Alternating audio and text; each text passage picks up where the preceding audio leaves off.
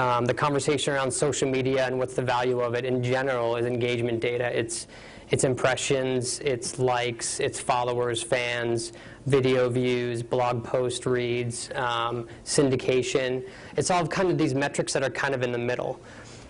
Social media analytics, the idea is as you go up the pyramid, you take what's below you and you kind of aggregate it and put some kind of thought behind it and say, well, this is what it means to the business. So social media analytics go a little bit further than that, of showing maybe share of voice, different things of that nature. But when you get to the top, when you get to the business metrics, the CEO is probably not really interested in Facebook likes. They probably don't really care. They might not even know what does that even mean? Why would I even bother with it? And the reason is that kind of that quick spreadsheet at the beginning is that this guy's got a job to do, he has a budget, and he needs to provide results. And telling him how many Facebook fans he has or how many people watched his viral video, that goes on for a while, and that's okay. But at some point, it's got to come down to what's the actual value to the organization. So some of those metrics, clicks, fans, followers, retweets, all that stuff. That seems to be, in general, the conversation that's being had. When we look at this pyramid, we did some pretty wide-sweeping changes, actually, to how we work with our sales organization internally at Terralever.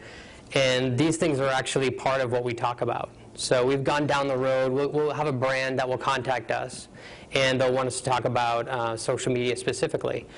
And when we come in, at this point, we're actually trying to find out what do they want from ROI. So we're trying to figure out how high can we get up in this chain. And it's pretty selfish, the reason why we want to know. And we've seen it in SEO, we've seen it in pay-per-click, we've seen it in building a website. If we don't have that visibility into the business drivers, we're kind of on a limited lifespan. So we can get in there and we can have great plans and we can do some campaigns that are great ideas, some things that are viral. We can do all that, but at some point somebody's going to call it to the side and say, you invested what and what exactly did you get in return? And so even in the sales process now, we can be talking to somebody and we know it should be the right person. He's got the right title, the right tenure, he's managing the right people. But when we start asking him the harder questions about how are you metriced, how's the group that you work with metric, what's the CEO's goal for this year and for next year? And we're not even talking about social media. We're just trying to figure out what are the business drivers. Are you trying to increase sales? Are you trying to reduce costs that you have? What exactly are you trying to do? And if we know that, we can actually help respond to it and craft some programs around it that will work with it.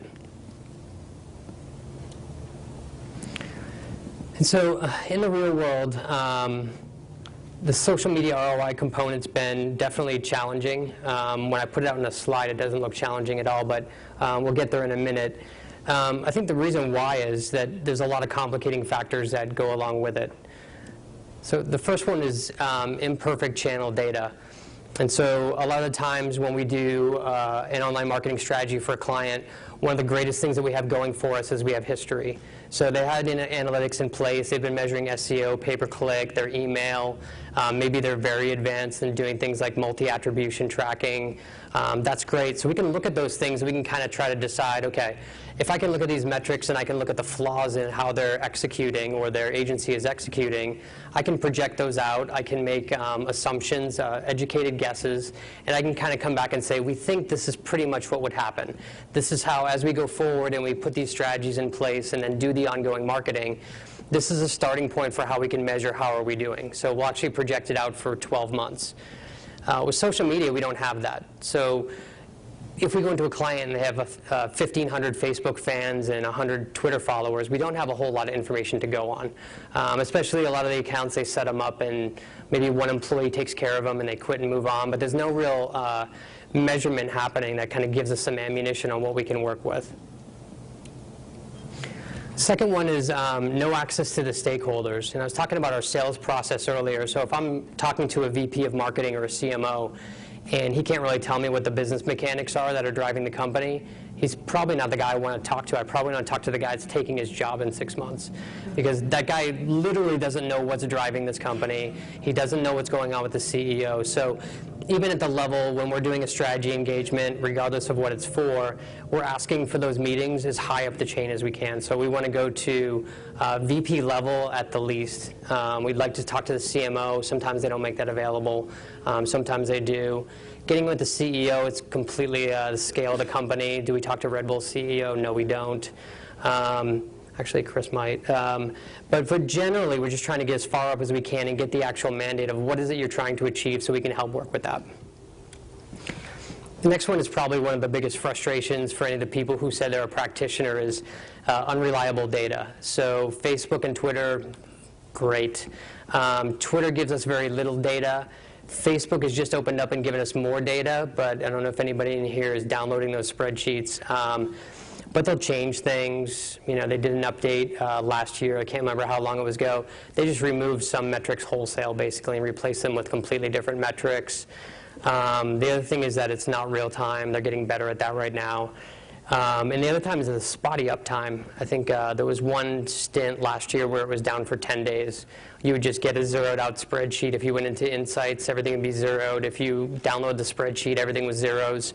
Not exactly comfort building when you're trying to measure things. And Facebook and Twitter are both like that. And I think marketing is kind of an offshoot. And again, back to that intrinsic value. Facebook wasn't created for marketers. That's not what it was created for. Of course, when it got big and you can monetize it and capitalism and the brain takes over, that's where it starts heading. But they're still not catering to us. Facebook in their mission, one of the smartest things that they do is all of their decision making is based on the user base. And so things would happen. They did some horrible moves like they did Beacon. That was years ago. But the population didn't, marketers were fine with it. The population didn't like it, so they got rid of it. And so thinking about those things, that it's nice that we're being granted this data, but actually the best data that is to be had, Facebook has it and Twitter has it. Fourth one I came up with was a lack of measurement consensus, and I think kind of the result that we see from this is kind of that analysis paralysis. So there's no clear, you do that Google search, people are trying to figure it out, we don't know what we should do. And sometimes some of the calculations you might want to use, you know that they're going to come back horrible. I don't know if anybody's tracked on an e-commerce site how Facebook affects it. There's some companies that do really well, the majority do not. And so with measurement consensus not being there, I think a lot of times you find that people are kind of looking around like maybe I'm missing it. Like what exactly should I be measuring? How should I be doing it? But the information is really not out there very much. The last one, on-network activity and lifecycle management is absolutely horrible when you look at something like Twitter or Facebook. If you post a link and you put things in the query string so you can track it on click-through, they generally will strip them out. If you try to drop cookies, they'll delete them. Facebook's just not very friendly to allow the tracking that you'd want to have.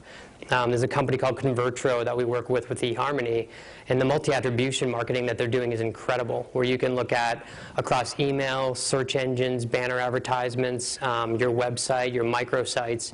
It has a full life cycle view of what that customer did. So it tracks them all along, but as soon as they have information they can attach to them, you start having a much better view about what is the actual life cycle. And you think about what was the introducer? What were the catalysts in the middle that kind of affected decision making? What things happened there in the middle? And then what was the closer? And the majority of marketing that's happening right now, and the majority of companies that we talk to, they're only recording the last click. The last click in a lot of situations isn't the best one to be recording. A lot of times that's affiliate, and it's kind of, there's a lot of predatory things that can be done. But generally, you'd probably be better off with first click, which you can't measure. And it gets even harder when you think about if people are trying to figure out what's a true ROI of social media, it lies in that middle ground.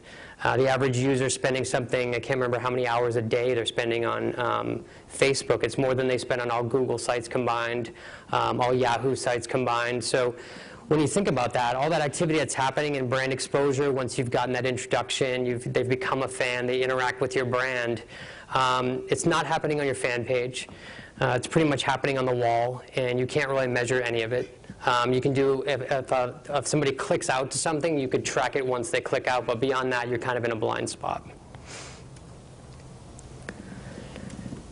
So on social media ROI measurements, I kind of have this, I was telling Arnie earlier, I put a slide deck together, and as soon as I'm done, I think it's horrible.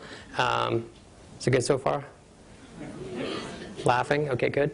And so when I look at the common social media ROI measurements, it's kind of I put it together and I'm like, God, this is really it. But it's really not all that mystical of what things you can measure to ROI. So the easiest one is direct revenue. So I'm not going to dwell on it because I think everybody knows what direct revenue is. The second one that we're seeing become pretty popular is earned media. It's just a different way of looking at what's the value of the visibility you have within a social network, and what can you equate that to. There's a lot of brands that are offsetting money from television or from another method that isn't working for them right now, and this at least provides some common ground, and I'll talk about this a little bit more in a minute. And so from ROI, at that beginning slide I had, there's kind of two things you can think about. You can think about revenue generation. You can also think about cost avoidance. So there's different ways of looking at it. It's not necessarily always just flat out generating direct revenue. Customer service, this one's a big one. Some people are measuring it okay. You have to be dedicated to it. You have to know what you're doing and really kind of measure it. There's benchmarking that needs to take place before you set out on a program like this. Probably the one that I've seen that's done an incredible job on customer service would be Bank of America. What they do on Twitter is pretty incredible. They put a lot of effort into it, and it's offsetting a lot of costs that they have. R&D, I've talked to a few companies. I haven't personally done R&D using social media, but it's another area where you can take something like real consumer feedback and you can move it in-house and look at it in a different way. R&D might not be the right word for a Starbucks of the world, but I think Starbucks, they had My Starbucks Idea. Dell had, I think it's called Idea Storm, I believe it's called, where actually customers can go into this microsite and they can put up whatever they think should be different about the company, the product, customer service, anything they want. It sounds pretty scary when you think about just kind of opening it up and letting people say whatever they want about your brand in a public forum.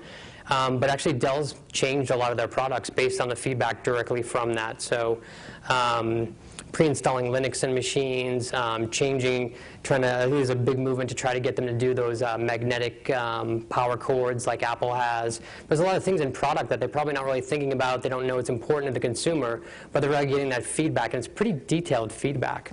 And then it has a community aspect to it of voting things up and down about what's important, commenting, and then there's a whole workflow behind it of how it moves through the organization. It's pretty impressive. And one of the last ones was recruitment, and we probably all do this not knowing it, but pretty much look up everybody online as soon as they apply. But I mean, recruitment's another one of those ones. I don't know if anybody uses hired guns to do their recruiting. They charge a fee. It's there's a lot of money that can go into recruiting, and there's a lot that you can do online to kind of do the vetting and find the candidates on your own without having to go that route. So now fun time. I'm going to give you a real client example. I'm going to use a couple of the metrics that were on the earlier slides. The client is real. They told me I could say who it was. I didn't put it on the deck because I don't know where the deck's going to go. But this is for eHarmony. We've been working with them for a little bit more of a year, and more than a year, excuse me. And I'll tell you a little bit of story about working with them along the way. There's some stuff that's not in here, and I'll kind of augment what's not on the slides. But they worked with an agency, and I can't remember how long they were in there, but I think they had raised their fan count on Facebook to 4,000. And so they went from 0 to 4,000. It took them too long. There wasn't really any kind of mode or method to it. There wasn't really a community strategy of building what they wanted to build because they didn't know what their goals were. So we got brought in for, I think that one might have came from the Facebook list. And we got brought in because we have a strategy practice was basically the reason why that we got in there. Their conversion obviously can be made 100% online. When we sat down and talked to him, our contact is VP level. He's actually, his title, he's marketing, but his title is VP of Acquisitions. I don't know why it's just not VP of Marketing. He reports to the CMO, who in turn reports to the CEO.